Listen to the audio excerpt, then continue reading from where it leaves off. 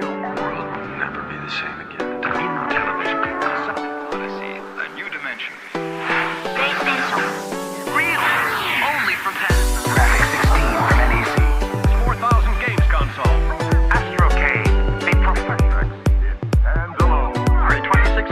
Now get up to CDI starting at $2.99. Child Video Entertainment System.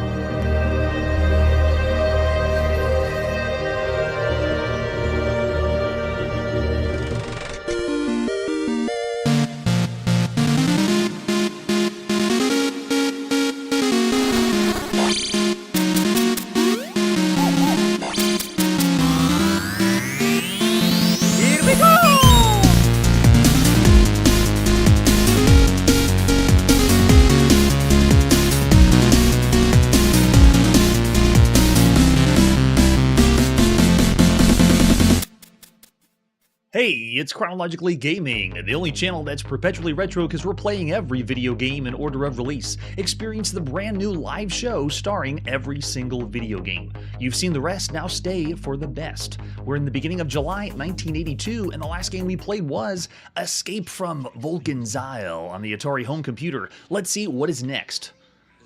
We're still on the Atari, and this is the Exterminator. Either on your 400 or 800, this one does not have a box, just a few screenshots. Let's pop in and play The Exterminator by William Fassner, the beginning of July 1982. Yes, thank you so much. We gotta have a manly before we start the show. All right, so this one you have different options to choose the skill level that essentially makes the web larger and smaller. I'm gonna push start on our computer to begin. The Exterminator. So I am the bug spray around the outside of the web. That's moving up, down, left, and right, all around. And then if a spider reaches the top, oh, it grabs you and it pulls you inside, and you lose a life. So you don't let those spiders go to the outside of the web, or you will die. However, if you notice when you get a spider to the outside of the web, a little fruit appears. If you capture the fruit, then as they go around the web, you'll be able to kill them. The music is not inspiring. It is just a random garbling of noises. But this one is very reminiscent to another game we've played called Bug Off that was also on the Atari. It also reminds me of Tempest, another tube shooter, if that is your fancy. You're moving around the outside while enemies are coming to the top.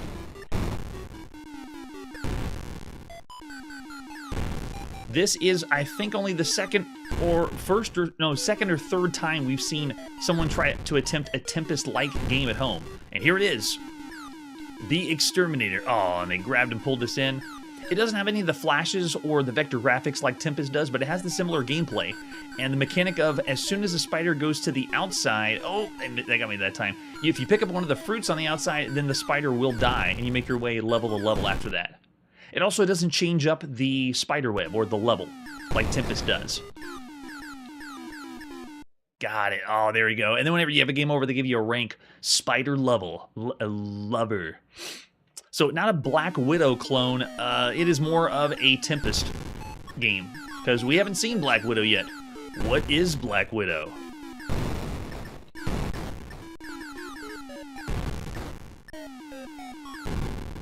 Not doing anything justice as far as the sound or music goes, but as far as gameplay, it's honestly not the best. I have my Atari VCS joystick plugged in, but as far as control, you aren't getting...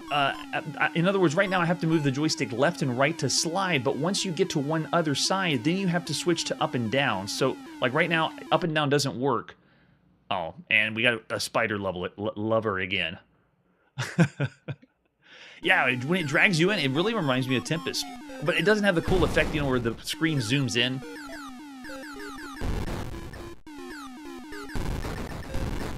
There's not a whole lot of information I could find on this game, so I'd love to know if the developer could give me some artwork or pieces of information.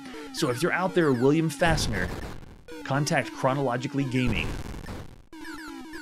Yeah, but at least for the home, you wouldn't be able to play Tempest at home. You'd have to go to the arcades to play Tempest. The only other one that we saw was also, there was one other variant we saw on the Coco. At least that comes to mind. But this is still pretty fresh idea and pretty cool for what it's worth over the other games we've seen. Going level to level. Oh, wait, nope. Oh, nice. Get the fruit. Boom, and he's dead.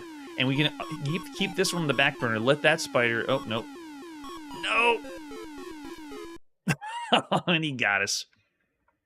There you go. That is Exterminator on the Atari home computer. Of all the games we've seen to this point, it's actually all right. I'd say above average considering the other games we've seen on the home computer space and this formula. Like a shooter, we have played a game called Bug Off that allowed you to go around the perimeter, but it didn't have this kind of tunnel where enemies were coming at you. Bug Off was just a bunch of bugs on the screen, and you just moved around the perimeter to shoot. Yeah, I like that example. Poor man's Tempest, but there's really no official way to play Tempest at home right now. It's all these kinds of games. So for Exterminator, it's still a really good time. I'm going to say 3.5 stars of all the games you could play. It's pretty good. Definitely above average.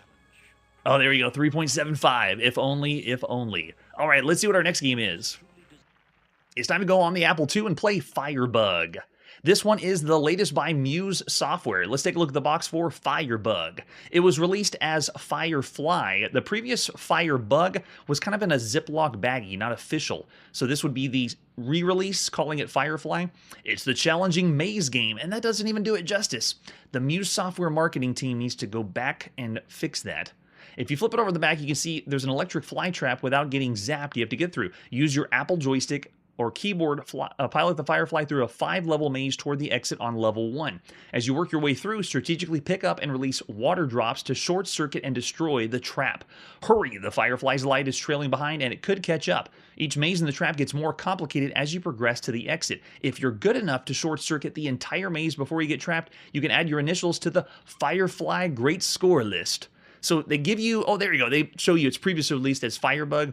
A terrible picture of the screenshot, but then they have all this down here by Muse Software, including word processing, business. We don't care. All we care about is the games here. With the #1 best-selling game in America, Castle Wolfenstein.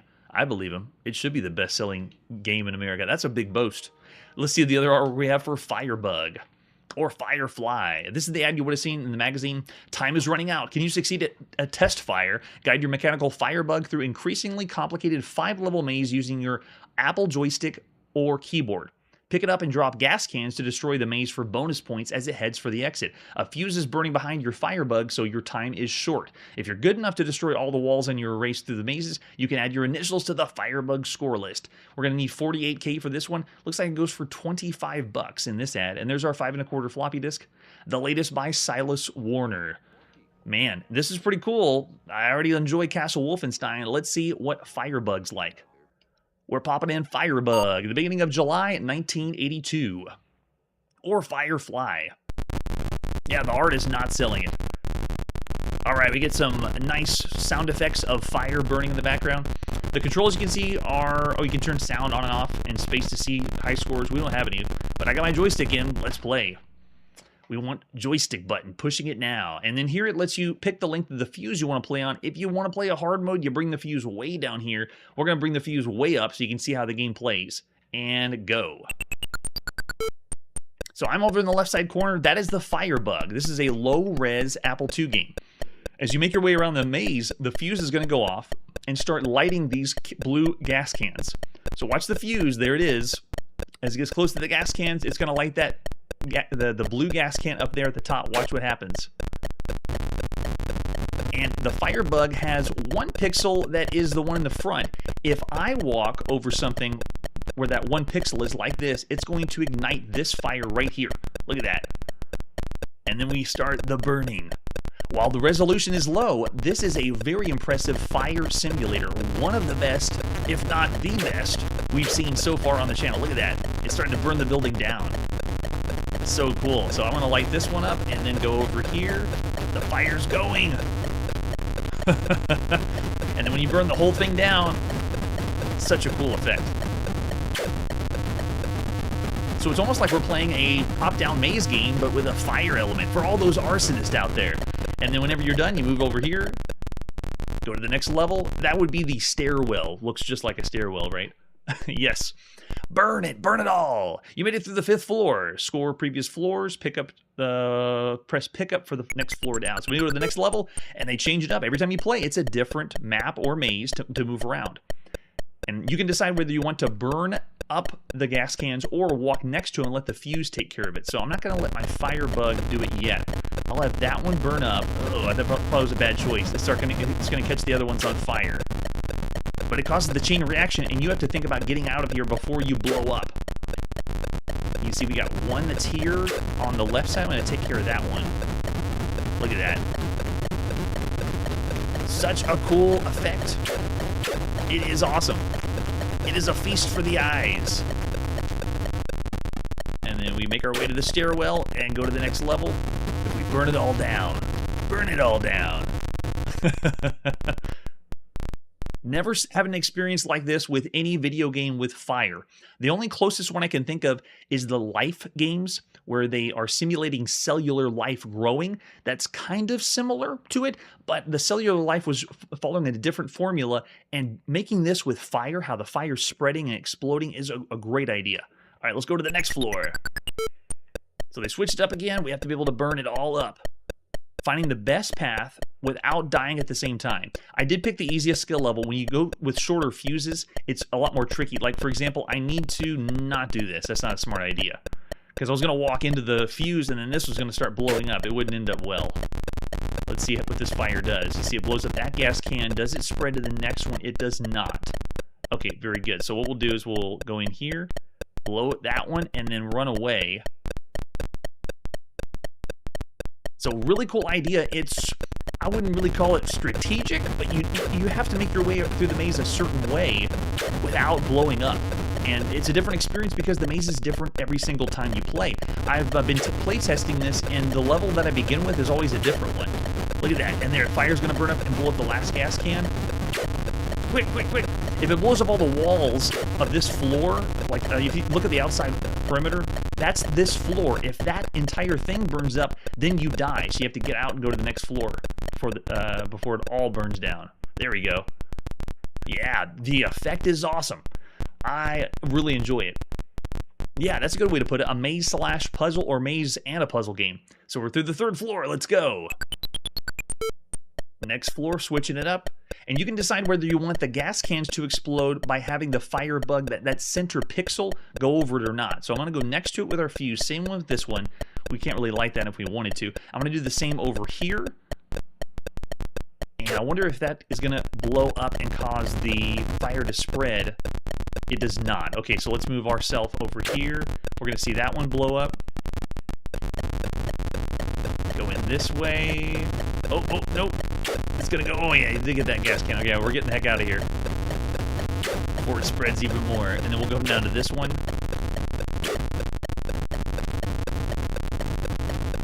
It isn't only one-player game. It is a slower-paced game, but the idea of this chain reaction that you're causing is awesome.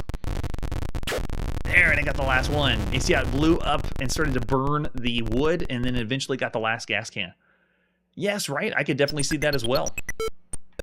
All right, we'll play this one as our last level, or the last floor. But it's another one of those games that if I pick up a game here on the live show and I don't want to stop playing, it's a testament of a truly very good game. And this is the same. I don't want to stop playing. I want to see how far or how many levels I can get through. If we saw in the ad, it only said it had 5 floors. So every time you play, it is true, you only go through 5 floors. Now notice how this one has exits. So this one's going to burn up some. I got to wait here, but the fuse is going out. Nope, we didn't make it. Bad decision. If you take too long, see how the fuse just burned it up? And we made an ash of ourselves. That's hilarious. Thank you for an enjoyable fire, and then it goes back to the beginning. So even though it says it's only a few levels, every floor, even though it's a certain number, it's always going to be different, always changing. Yes.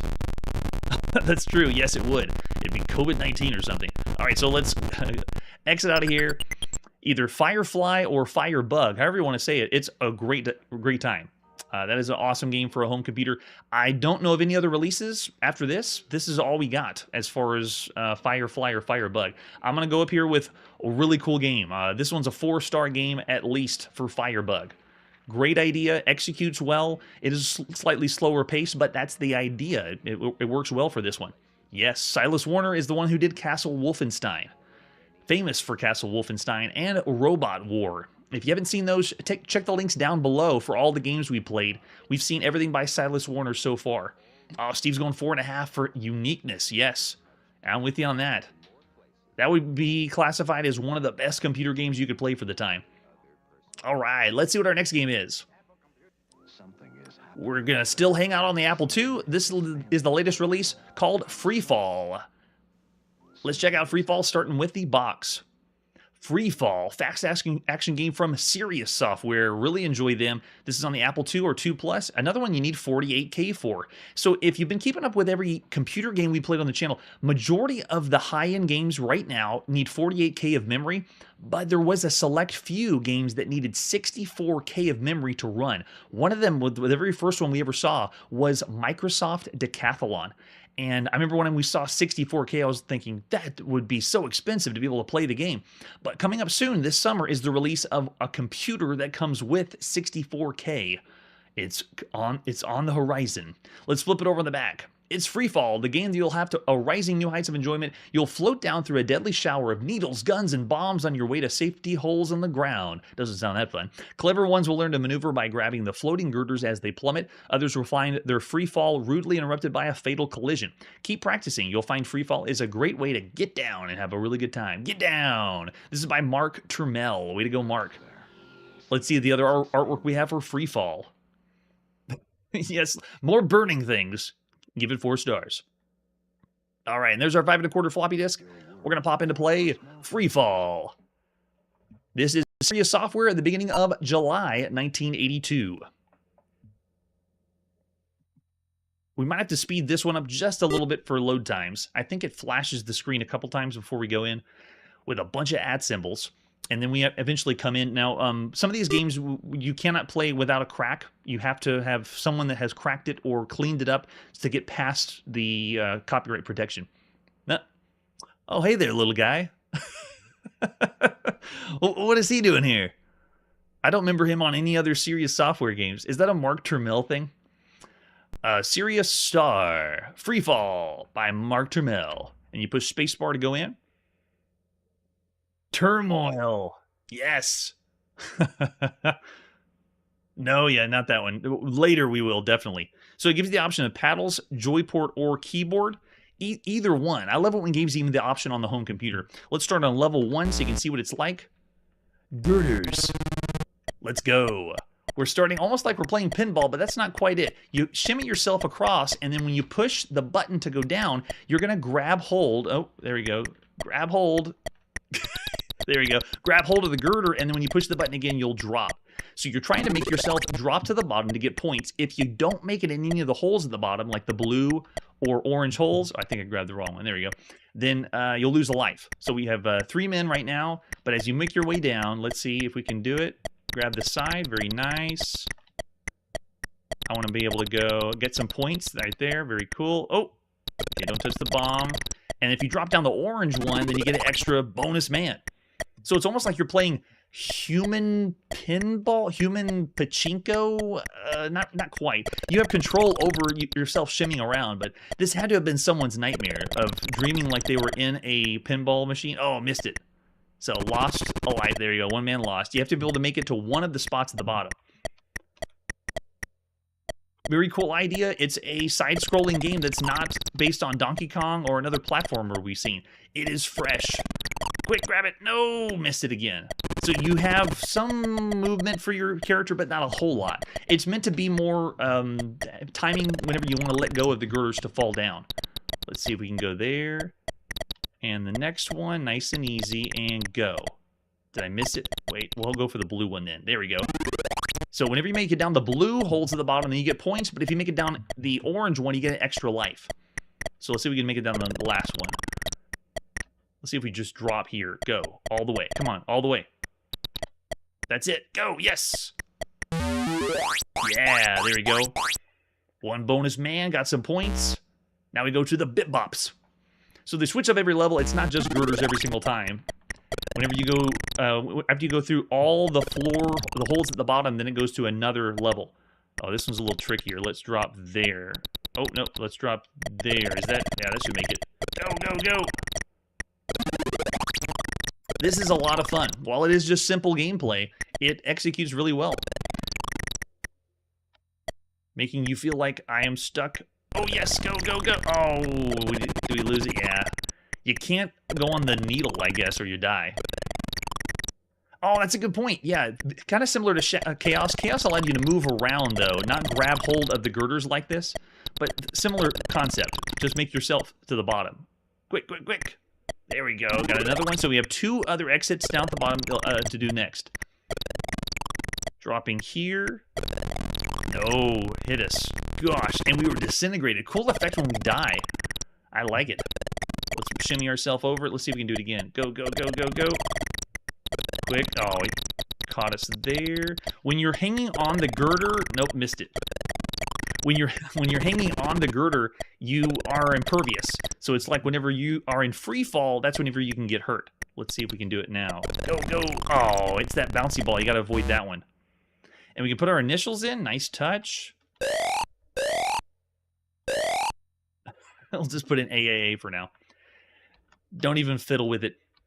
It takes a little bit getting used to. Wow, we get a Diddy on the Apple II. That's pretty rare. I don't know if I'd say lunar lander because we don't have no control of our falling rate. There's not like a thruster that's keeping us from going down, but it does have the same, like, trying to land on a certain spot or in the hole, I guess. So because it changes up and has different levels, free fall is a pretty cool time. I like that one. That one's fun. Not enough to really push like something further than above average, but I'll go 3.5 stars for all the computer games you can play for the time. It's not one to avoid, and it's not just average. I'd say 3.5. Slightly above average. All right, after free fall, let's see what is next. Here's a bizarre one. We're on the Atari home computer, and this is Frog.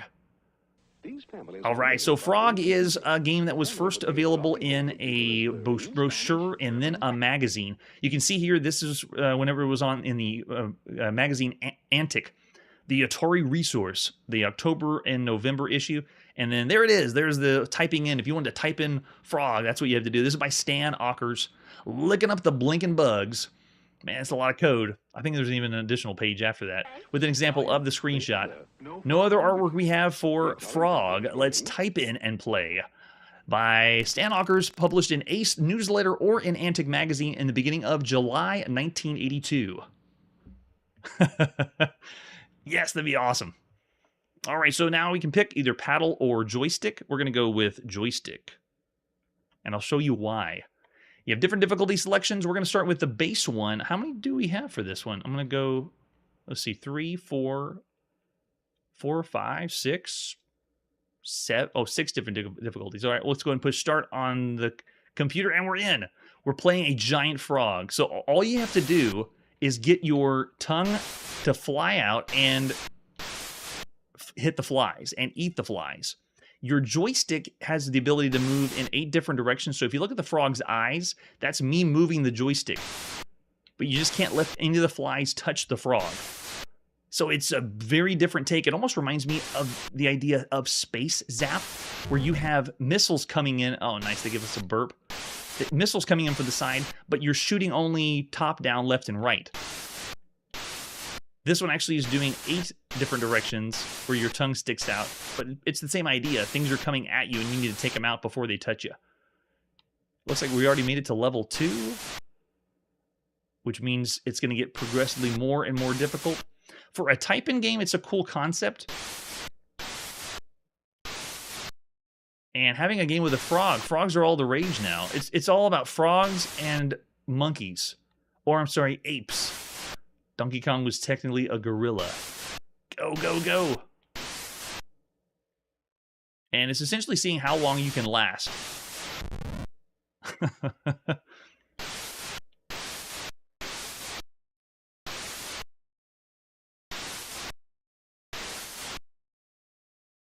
If you do enjoy Space Zap, it's pretty much the same thing, but you're adding on more levels of where enemies are going to attack you from. For a type-in game, it is worth the type-in. And I believe this is only available on the Atari home computer. Yeah, that's right. Space Zap is the other name it was called.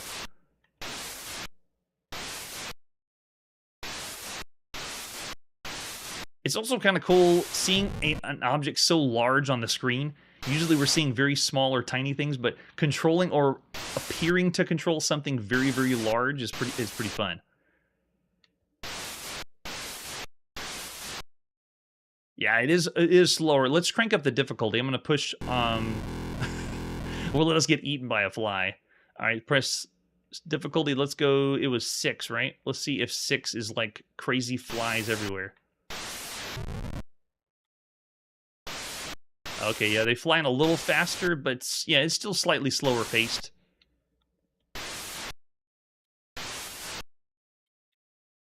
If we were only rating type-in games here, This would be around, I'd say, average, maybe even above average. But because we play every single game, every computer game, for Frog, I'm going to say it is subpar if you think of all the experiences you could have on a home computer. Is it a bad experience, though? That's a good question. It depends on if this kind of gameplay is your style. It's stationary. You don't really have to do a lot to attack. Just because of everything else we've seen to this point for Frog, I'm gonna say it's a 2-star game. It's a bad title, but it's good enough to get by. For if you type this in, yeah, you'd be happy with it. But we play it all, so it's got to be a 2-star here. All right, after that, let's see our next game. Let's go to the Commodore VIC-20. This is the release of Garden Wars. Let's take a look at Garden Wars, starting with the box.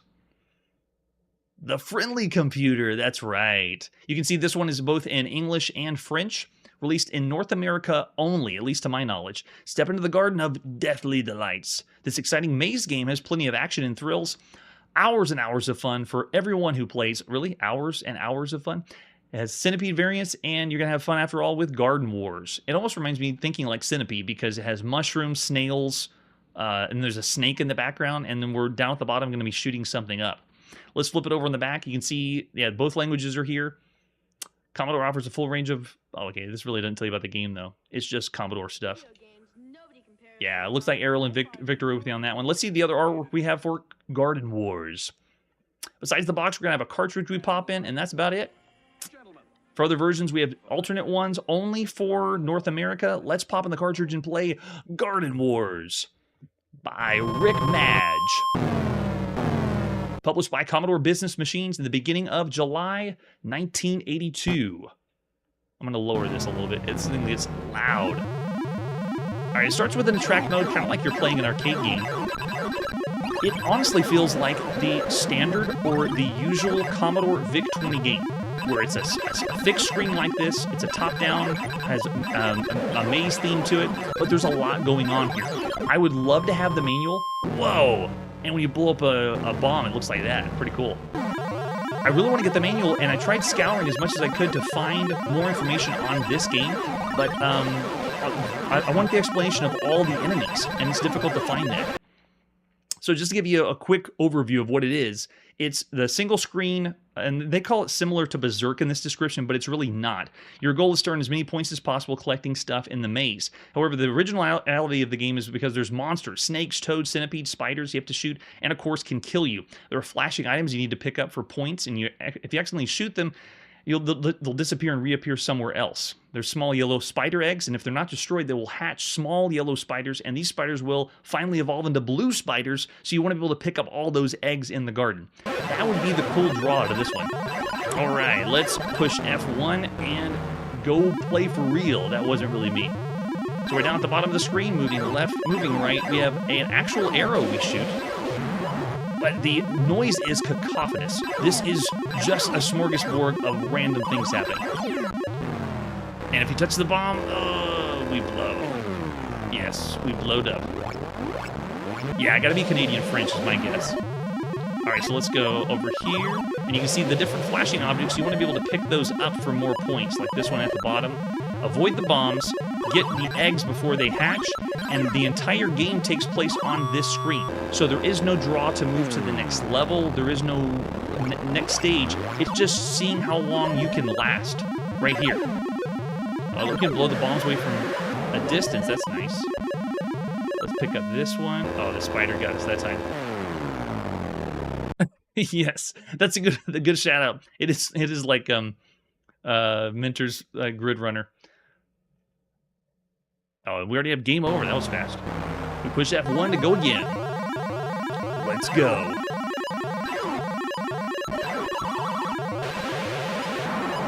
So part of the reason I want to have the manual is to know what everything means or pickup values. For the very first time, I want to know what the point values are and what things are good and what things are bad. So it makes it a little difficult to play. I can see where the spiders are. And you can see the spiders are going to continue to... There we go. And you also have the snakes that wiggle around. But the whole affair is how long can you last? Oh, the snail got me that time. It looks like almost every enemy that's not flashing destroys you. That's right, it does sound like the arcade. There's so many sound effects happening. Why isn't the blue spider dying? The blue spider is just stunned. Can you not kill it?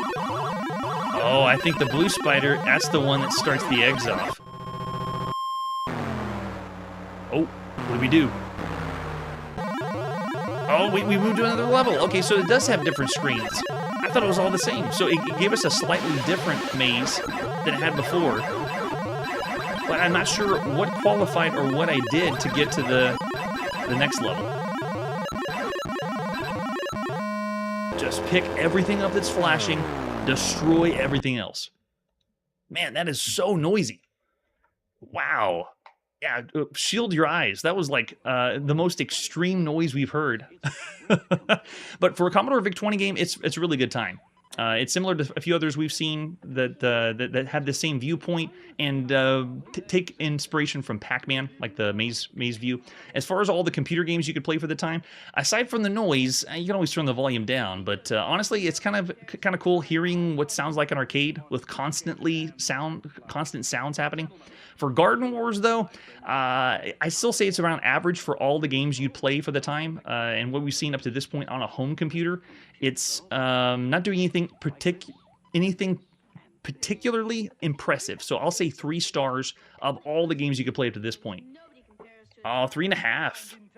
Oh, 3.5. Nice. Okay, I see on that. Yeah, I wouldn't say above average for this just because, well, you know what? I think it's because we don't have the manual or instructions of what things are good, what things are bad. If we did that, then maybe it would be better. But think of it like a bargain bin, or you pick this cartridge up and you pop it in your VIC-20, you'd have to figure it out yourself. That's kind of what we did today. If it does turn up, though, I will replay. All right, with that, let's see what our next game is. We're going back to the Atari home computer, and this is Getaway. Let's take a look at Getaway, starting with the box. Getaway, winner of the 25,000 Atari Star Award. It's got to be good. Find the loot and stash it in your hideout before the law nabs you. Nice. For ages 6 and up. Steal that money, kids. So, consumer-written programs, this is by APX. Nice box. This must be a later release of the APX box. Let's flip it over in the back. You can see this is by Mark Reed. Way to go, Mark. A colorful town covering 35 screens. Oh my gosh, lively sounds accompany the action. Patrol cars, roadblocks, stop signs, nighttime added the excitement, different treasures at every stage. You've been racing all over town collecting loot and stashing it in your hideout. As long as it was just a little cash here and there, the law wasn't too interested.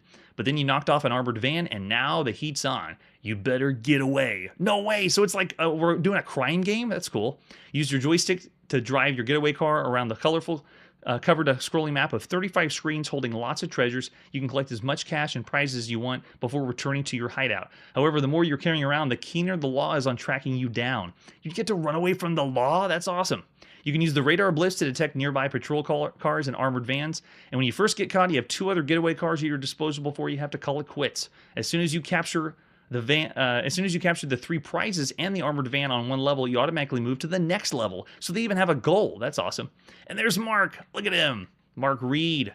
Looks like they also have his game Solitaire, which I believe we already played that one. And then resuited it in another game called Downhill, which was a skiing game. Very nice. Let's see the other artwork we have for Getaway. Besides the box, here's the ad you would have seen at the time by APX. Getaway. Oh, look at that. They have a picture of the whole map. That is huge. Oh, you have played this a bit. Yeah, this one looks fantastic. Very cool artwork, too, for the ad there. And then we also have the 5 1/4 floppy disk. If you had it to pop in, most of the time it's going to be on cassette. At least that's the way I would play. It'd be cheaper to do that. Yes. And we did play Armored Car, yes. But this one is a different take on you get to actually run away from the law and have an objective. All right, let's see the manual for Getaway. And it looks like Mark Reed did the manual too. Great job, Mark. Let's breeze through all that stuff. And, okay, this is what we read on the back of the box. Use your joystick in this one-player game to drive your getaway car around a colorful town covered in scrolling map filling 35 screens. That is really impressive. The only other games I can think of that are that large are the Crystalware titles, and especially if this scrolls around. You can collect as much cash and prizes as you want before returning to your hideout. However, the more you're carrying, the keener the law is on tracking you down. You can use the radar blips to detect nearby patrol cars and armored vans, so maybe it has a radar. And when you first get caught, you have other getaway cars at your disposal before you have to call it quits. As soon as you capture the 3 prizes and the armored van, you move to the next level. What is required? We need 32K for the cassette, yeah, and disc. That's awesome. On our Atari, that's pretty nice. And then if you want to contact them, get them there. This is how you turn it on. First display screen. Get started to begin your life of crime. That is awesome. Press the start key on your keyboard or the red button on your joystick. And then they show you the map information display. When the screen shows the part of the town where your getaway car is parked. It always starts at the hideout, which is represented by the H on the road in near the southeast end of town. And the police are nearby. The town occupies about 35 TV screens. Wow. That's amazing to think of at the time. You only see part of the town at a time. As you drive, your car stays in the center and the town scrolls past. A map of the whole town is at the end of the instructions. I want to see that. Information displays above and below the map. At the upper left corner are spare getaway cars, or lives, and the upper right is the amount of loot you've stashed to your hideout. So you basically get money and then bring it back to the H or hideout in the far corner. And the lower left is the gas gauge. At the lower right is the cash on hand. Your cash doesn't count as part of your score until you move it to your stash, which you do by returning to your hideout. And I think you pay money to get gas, right? Yeah, driving around is really easy. You just move the joystick up, down, left, and right. You don't have to worry about relative controls based on where the car is. It's pretty simple. And then collecting loot, you just run over it. It's very, very easy. The dollar signs are cash. And then every level there's going to be different prizes or things to pick up, like they have diamonds or hearts and things like that. And the white van is an armored truck that drives around town at random. It's a special kind of prize. To get to the next level, you must run into the van after capturing the 3 prizes on the level. So everyone get the objective. You get 3 prizes, you crash into the van, and then you can go to the next level. You can also run to the van at other times. You can collect cash to do that as well. And then the police are all over the place here. They're not as simple as just picking up cash and heading for the hideout. The place is patrolled by 3 police cars. And you're only safe from the police when you're in your hideout. However, if you get scared and stay too long, it disappears until you drive away from it. So you can't just camp out in your hideout. The police will leave you alone at first, but as you collect more cash, they get smarter and pursue you more relentlessly. When you deposit your cash to the hideout, they lose interest temporarily. It's almost like a reverse Pac-Man, because you know whenever you pick up a power pellet in Pac-Man, all of the ghosts run away from you. Well, in this one, you actually have them more coming at you the more prizes you get. Oh, yeah, don't worry about the typos. No problem.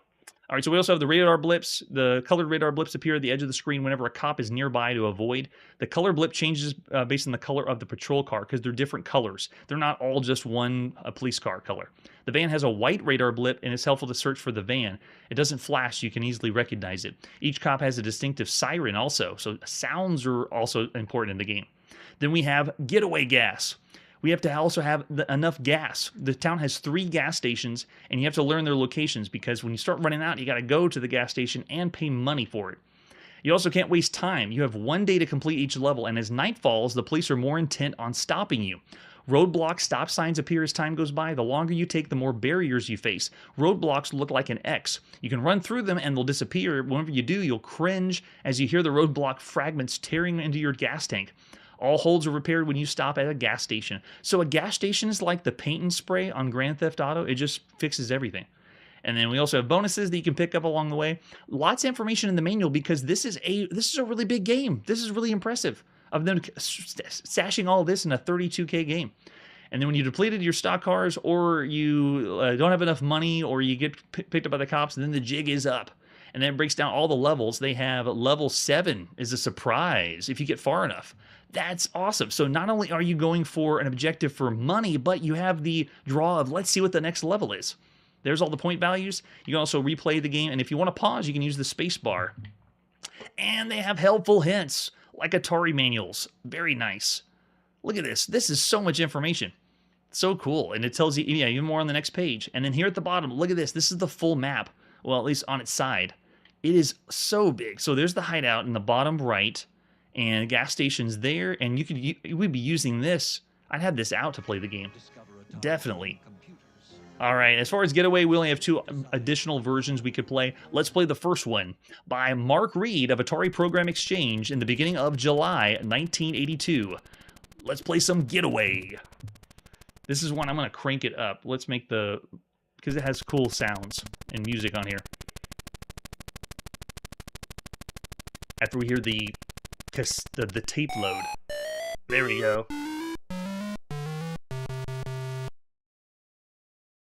Oh, I have a little quick ditty. Notice that the Entrapped mode is showing you what the map looks like. We have trees, landscapes, and it's been programmed to scroll around. Look how smooth it is compared to other scrolling that we usually see at the time. All right, let's push start to play. I'm hanging out in my hideout now. Oh, there's a white van. Go get it. Cool. We got the white van already. Now we need to make our way around town, lose the cops if we need to. There's a gas station. In a way, this game is very similar to Rally X, where it has the scrolling, a radar mechanic, and then you're driving around a maze-type view. This doesn't look good, actually. I might have to go back to the hideout. Uh-oh, multiple cops are chasing us. But the thrill is on. Oh, and they got me. And the top left, it shows you your next life that comes out. And we didn't get any money, because everything we just picked up, we have to go back to the hideout to get credit for it. So our gas is slowly going down.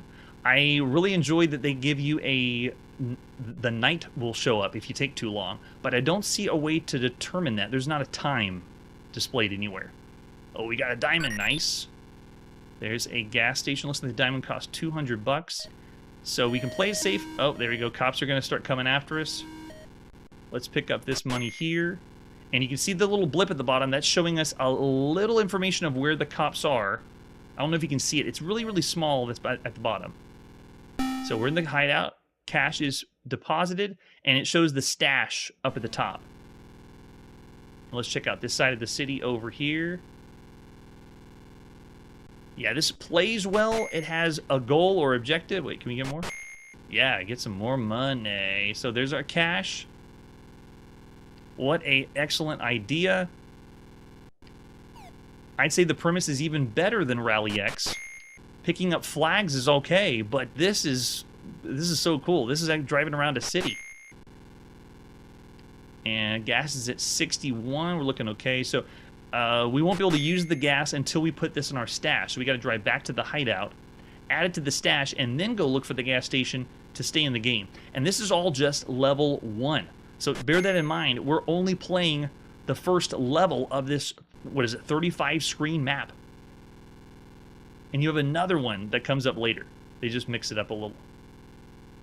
Oh, while we're here, let's pick up more money. All right, we got a bunch there. There's the gas station. I've already lost track of where the hideout was. The map is so large. It's in the bottom right, so we'll just keep going down. Nope, that's a dead end. Did we miss it, or did we not go far enough? Let's see. There it is, yes. Cool, so cash goes into the stash. We got 380, and we have, looks like 2 diamonds left, and I'm looking around for the radar. It looks like the armored car is in the top. Oh, there it is. Got it.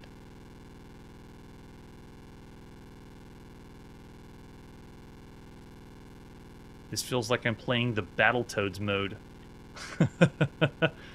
Yeah, this is way better than armored car.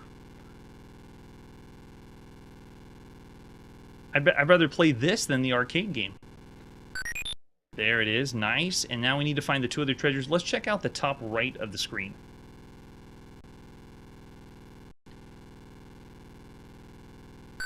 Very fun, cool.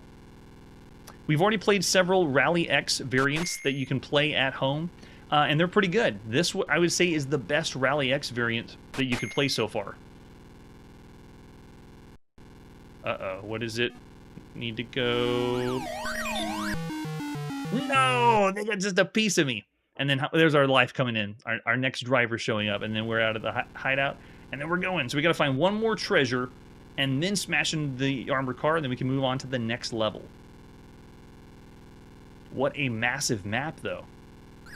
The only thing it doesn't have is there's not a radar that shows like a smaller version of the map. The radar is just following a single pixel across the screen. Let's see if it's over here on the top left. It also saved our... there it is, got the diamond. Okay, so now it's telling us in the top right corner we got to find the armored car, and it looks like it is... I don't see the blip right now. Where's the armored car? I see a red blip for the policeman, but I don't see the other one. Let's see. Over here.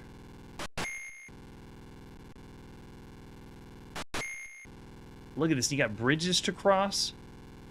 The map just feels more intriguing than Rally X. Rally X felt like you were playing like a Pac-Man maze in a roadster style or a street style, but this feels more like you're driving around a town or have more freedom for it. Uh-oh, they don't like it. Gas is doing okay. I still don't see the symbol for the armored car. I see, if you look at the outside perimeter, the blips start moving and show you where everything is. I can only see the police cars right now. We're at 53. Oh, there you go, I found it. See the blip at the top? That's the armored car. You're mine.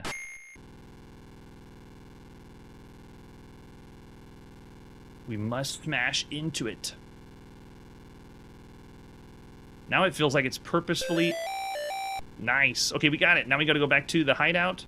If I can find it. It's way down here somewhere. They didn't go too crazy with the sound effects of the car. I have the volume turned up very loud. There it is. We got it. Oh, wait, what are we missing? +3. What is +3? I thought we got all 3 of the treasures. No, don't get me.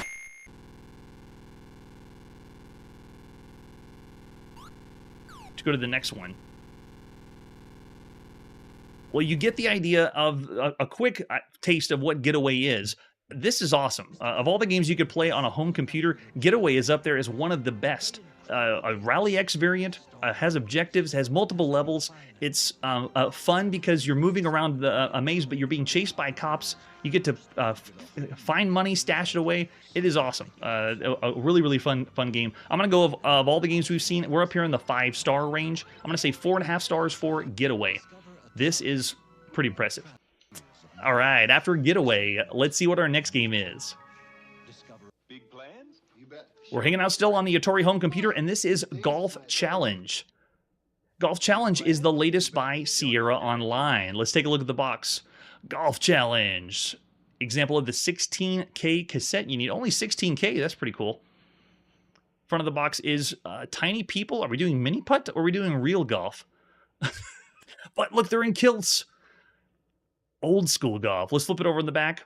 Are you getting teed off at gopher holes bigger than 18 holes? Tired of weather being too hot or too cold? Are caddies really worth the trouble? Ever been beaten by a golf ball or trained on a sand trap? If you answered yes to any of the above questions, forget all your troubles. Now you can play a full round of golf indoors. Sit back, power up your computer, and prepare for a relaxing round of golf, complete with doglegs, sand traps, roughs, and all the hills and hazards you would encounter on a regular golf course. But you won't find the rain or the rodents. It's a perfect game for adults or children, and more fun than a hole-in-one. So, we're not going to experience any troubles here playing a golf game in 1982? I don't think so. Let's see what other artwork we have for Golf Challenge. Here's the ad you would have seen in the magazine. Finally, a computer game you can beat your kid at. Oh, that's awesome. Way to go, Sierra. Yes, your kid boots up their favorite space swashbuckler and says, "Come on, Dad, one more game of Starstruck."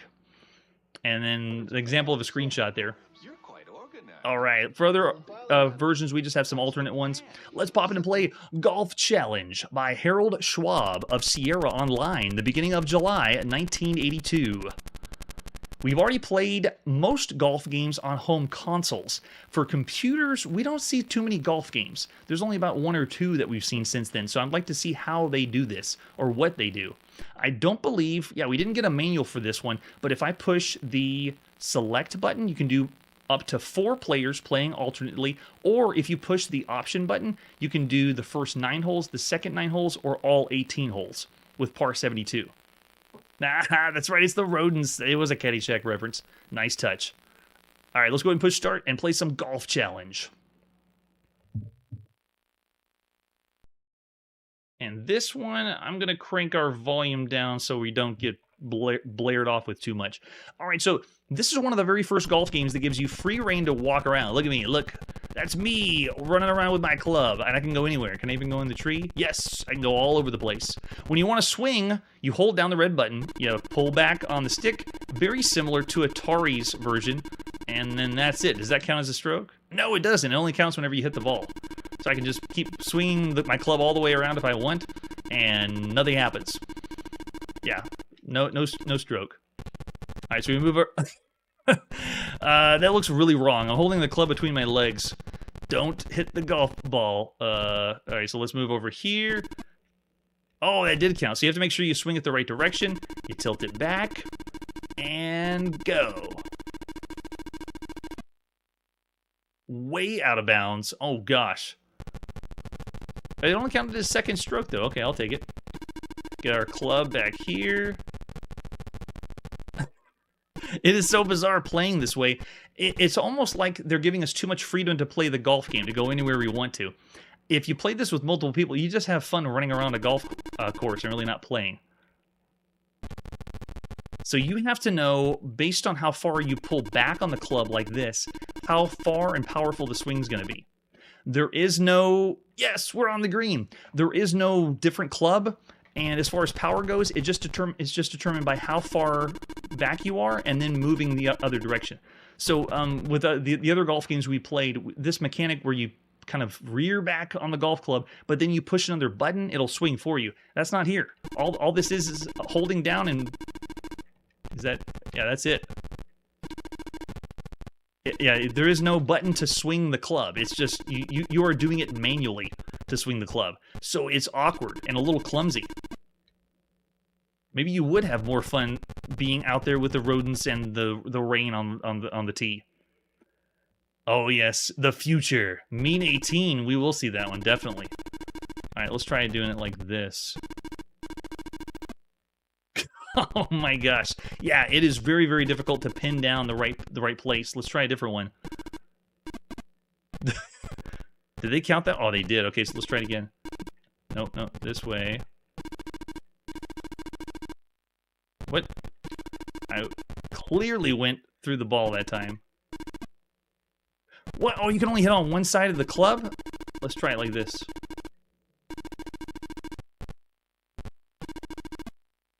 Oh, wow. You have to be an insane pro or played this a lot to be able to angle this up, because the player isn't setting yourself up for the correct shot. You have to be in the right spot. Look at this. And know how... Wow, that's tricky. Oh, wow, we did it. It took a long time. Man, that's rough. One of the best golf games we've played was by Data East in the arcade, and every time you hit the ball, they automatically set you up in the right spot and had the player ready to hit the ball the correct way, so you didn't have to worry about angles. You just had to worry about the power of it. So while they're giving us the freedom to move around, it's really not the best. Yeah, very poor mechanics, I'm with you. Yes, that's true. I thought Intellivision's was much better than this. This is similar to Atari 2600, but I actually got used to that one. This one, I don't think so. Let's see. Yeah, it only works one way, so you gotta make sure your club's the right angle. Here we go, let's try this. From all the way back here, going downtown.